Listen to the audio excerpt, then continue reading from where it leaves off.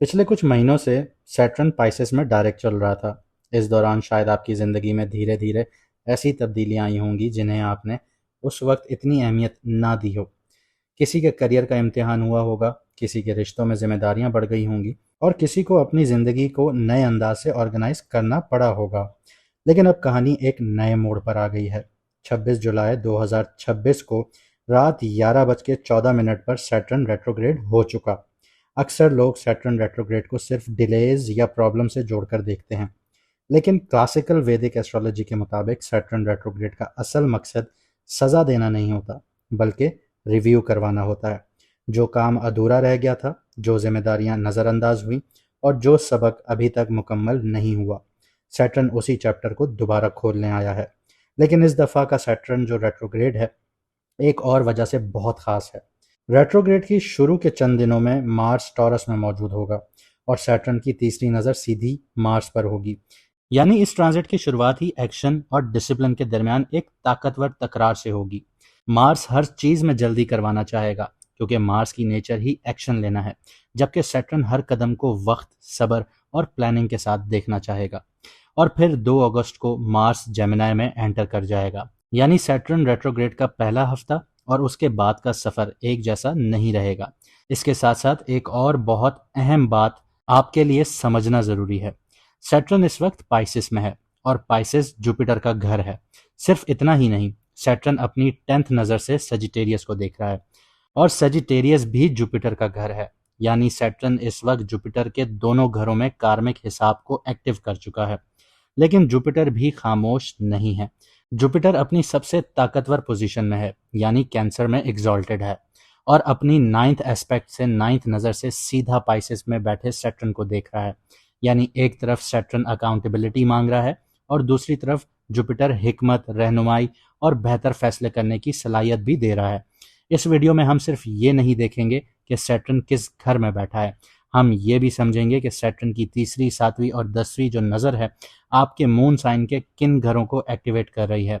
Jupiter इस पूरे process को किस तरह सपोर्ट कर रहा है और अगले चंद महीनों में आपकी ज़िंदगी में कौन से कार्मिक चैप्टर्स दोबारा खुलने वाले हैं। लेकिन उससे पहले अगर आपको अपना मून साइन नहीं पता तो कमेंट सेक्शन में अपनी ओरिजिनल डेट ऑफ बर्थ लिखिए, आपको आपका मून साइन बता दिया जाएगा।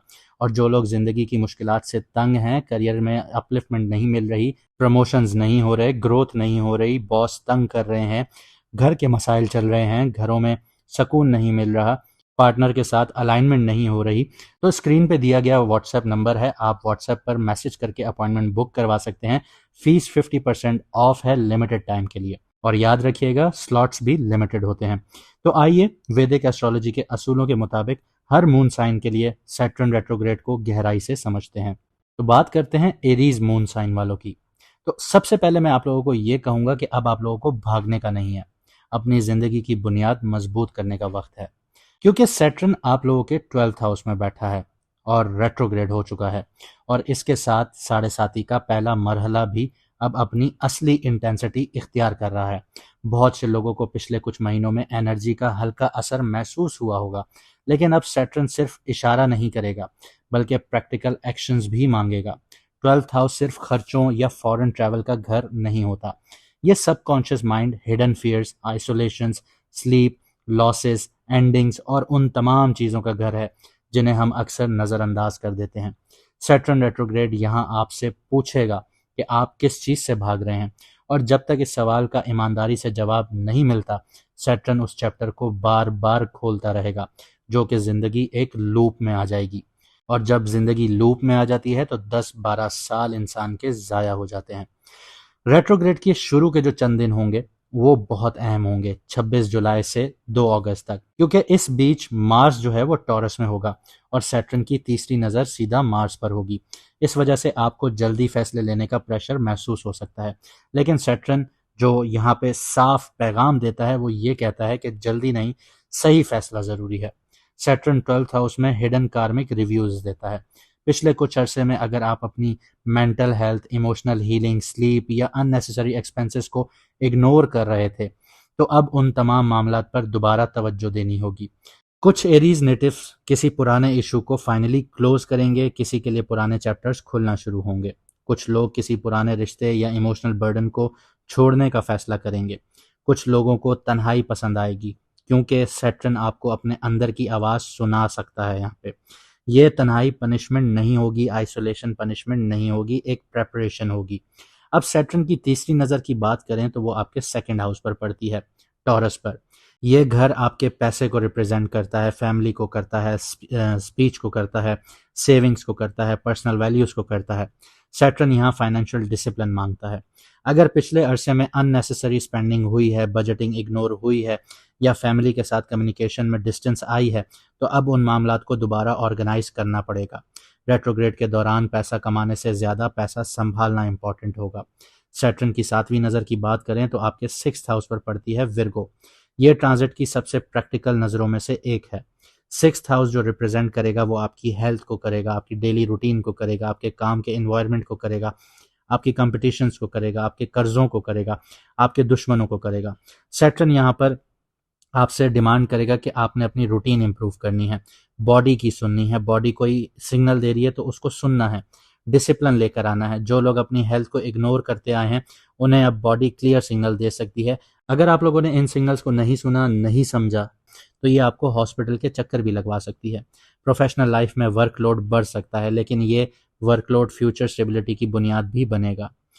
सैटर्न की जो 10वीं नज़र है वो सजिटेरियस पर है, यानी कि आपके 9th हाउस पर। ये नज़र आपके 9th हाउस को एक्टिवेट करती है। 9th हाउस किस चीज़ का है? ये आपकी हायर एजुकेशन का है, फादर का है, मेंटोर का है, आपके लॉन्ग डिस्टेंस ट्रैवल्स का है, बिलीफ सिस्टम्स का है, फॉर्च्यून का है, लाइफ डायरेक्शन का है। सैटर्न यहाँ पे एक बहुत अहम सवाल पूछता है, वो ये कि क्या आप जिस रास्ते पर चल रहे हैं वो वाकई आपका अपना रास्ता है या आप दूसरों के बिलीफ सिस्टम्स को फॉलो कर रहे हैं। हो सकता है कि आपके बिलीव्स, फ्यूचर प्लानिंग्स या करियर विजन में तब्दीली आना शुरू हो जाए यहाँ पे। ये कन्फ्यूजन नहीं होगी, मैच्योरिटी का प्रोसेस होगा। अब जुपिटर के प्रोटेक्टिव इन्फ्लुएंस को भी देख लेते हैं। तो इस पूरे सिनेरियो के दौरान जो जुपिटर की एग्जॉल्टेड पोजीशन है उसको नज़रअंदाज नहीं किया जा सकता, क्योंकि जुपिटर बैठा है कैंसर में एग्जॉल्टेड और अपनी 9th नज़र से सैटर्न को सपोर्ट कर रहा है। यानी सैटर्न सिर्फ प्रेशर क्रिएट नहीं कर रहा, जुपिटर उस प्रेशर के अंदर लर्निंग और गाइडेंस का रास्ता भी दे रहा है। लेकिन एरीज वालों के लिए कैंसर जो है वो 4th हाउस है, इसलिए घर, आपकी मदर, इमोशनल पीस और घर का माहौल आपकी स्ट्रेंथ भी बन सकता है। तो अगर घर का सपोर्ट मजबूत हुआ तो सैटर्न का जो लेसन है उसको हैंडल करना आसान होगा। करियर की बात की जाए तो करियर में फॉरेन ड्रामेटिक ब्रेक थ्रू नज़र नहीं आएंगे, लेकिन प्लानिंग, स्किल डेवलपमेंट और कंसिस्टेंसी फ्यूचर ग्रोथ की बुनियाद रखेगी।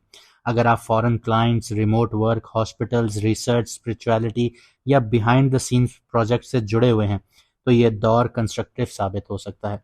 फाइनेंस के हवाले से बात करूं आपके लिए तो फाइनेंशियल डिसिप्लिन इस ट्रांजिट का सेंट्रल थीम है आपके लिए। इनकम से ज़्यादा सेविंग और एक्सपेंसेस मैनेजमेंट पर फोकस रखना होगा। पुराने लोन्स या फाइनेंशियल कमिटमेंट्स को रिव्यू करने का भी ये अच्छा वक्त है।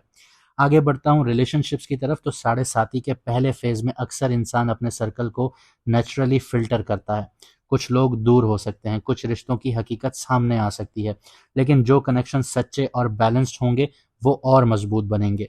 आपकी हेल्थ के बारे में बात करूं तो ये सबसे इंपॉर्टेंट है, क्योंकि सैटर्न 12th हाउस में बैठ के 6th हाउस को भी देखता है। तो स्लीप स्केड्यूल अपना बेहतर करें, स्ट्रेस मैनेजमेंट और मेंटल वेलबींग को प्रायोरिटी दीजिए। अगर नहीं दी तो यहाँ पे आप लोगों के लिए स्टमक से रिलेटेड इश्यूज आएंगे, आप लोगों को कॉन्स्टिपेशन से रिलेटेड इश्यूज आएंगे और ये प्रोलॉन्ग करेंगे।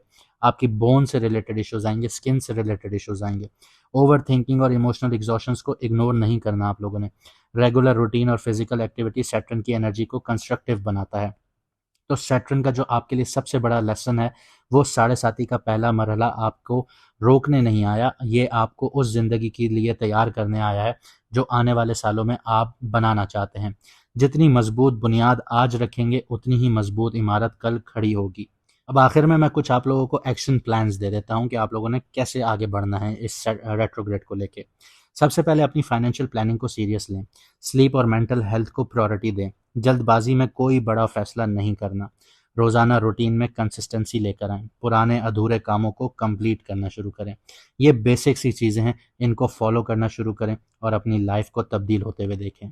उम्मीद करता हूँ आपको वीडियो पसंद आई होगी। अगर आप लोग अपॉइंटमेंट लेना चाहते हैं तो व्हाट्सएप का नंबर आपकी स्क्रीन पर आ रहा है, मैसेज करके अपना अपॉइंटमेंट बुक करवा लीजिए। फीस 50% ऑफ है और लिमिटेड टाइम पीरियड के लिए है और लिमिटेड स्लॉट्स हैं। मुझे दीजिए यहाँ से इजाज़त, मिलते हैं अगली वीडियो में सितारों के सफ़र पर।